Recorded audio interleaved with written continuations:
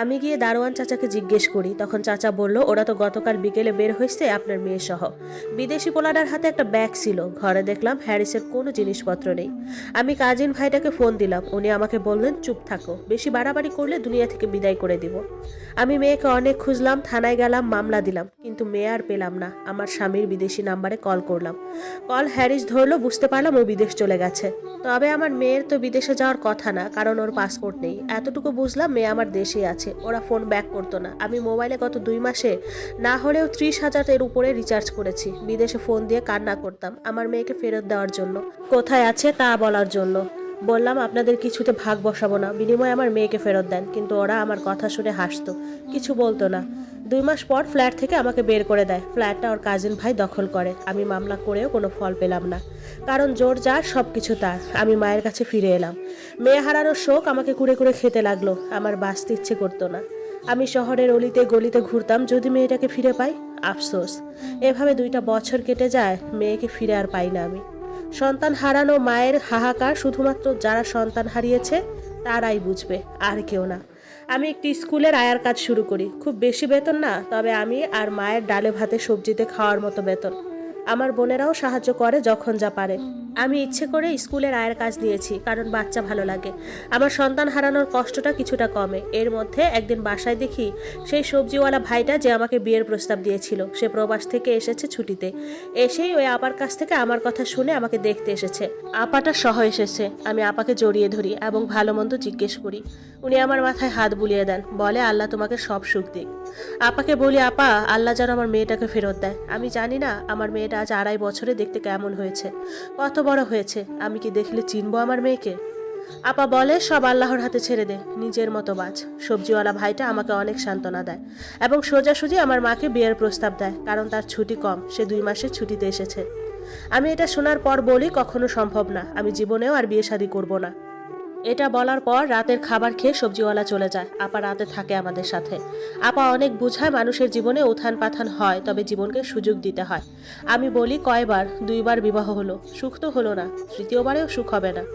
আপা উত্তর দেয়, 2য়বারের বিবাহটা ভুল ছিল, তুমি জেনে শুনে ভুল করেছো। তুমিও জানো, আমরা সবাই জানি, 2য়বারে খারাপ কিছু আজ না হোক কাল হয়তো হতো। মা বলে আমারও বয়স হয়েছে, আমি তোর পেরেশানিতে আর বাঁচবো না, আমাকে একটু শান্তি দে। আমার কথা একটাই, আমি আর বিবাহ করব না। সবজিওয়ালা প্রায় আসতো বিকেলের দিকে আমাদের ঘরে, রাতের খাবার খেয়ে তারপর চলে যেত। আমি বলতাম আপনার লজ্জা শরম থাকলে আর আসবেন না।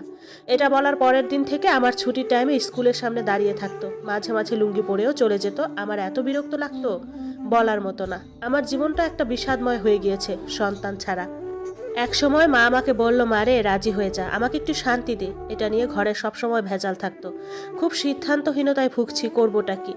এক দুপুরবেলা আমার ফোনে কল আসে বিদেশ থেকে। কল রিসিভ করেছি, কণ্ঠ শুনে বুঝলাম হ্যারিস আমাকে কল দিয়েছে।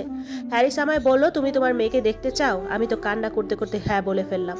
তখন আমাকে হ্যারিস ওই বেঈমান কাজিনটার সাথে যোগাযোগ করতে বলে, আর পাসপোর্ট রেডি করে পাসপোর্ট কপি ও কাজিনটাকে দিতে বলে। আমি কাউকে কিছু না জানিয়ে 1 মাসের মধ্যে পাসপোর্ট রেডি করে ফেলি।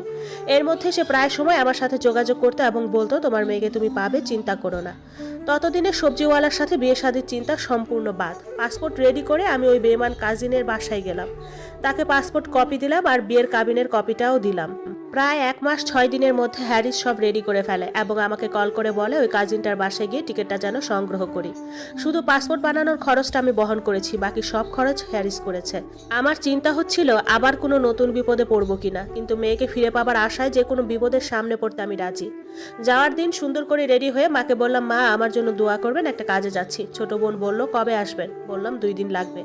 ওদের এত কথা বলিনি, কারণ ওরা আমাকে জীবনেও আসতে দিবে না। জীবনের এত দূর একা যাওয়া তেমন একটা ভয় পাচ্ছি না, কারণ মেয়েকে ফিরে পাওয়ার আনন্দ। লম্বা একটা জার্নি শেষ করে লন্ডনে নামলাম। কোথায় যাব, কোন দিকে যাব কিছু বুঝতেছিলাম না। এয়ারপোর্ট থেকে বেরিয়ে এক বাঙালি সিলেটি ভাইয়ের মোবাইল থেকে হ্যারিসকে কল দিলাম। বললাম, আমি এয়ারপোর্টের বাইরে, তুমি কোথায়? সে বলল, যার মোবাইল তাকে দাও। হ্যারিস লোকটাকে জিজ্ঞেস করলো এয়ারপোর্টের কোন সাইডে আছি, কারণ এয়ারপোর্টটা বিশাল। লোকটা লোকেশন বলল আর হ্যারিস 3 মিনিটের মধ্যে চলে আসলো একটা রেড কালার গাড়িতে করে।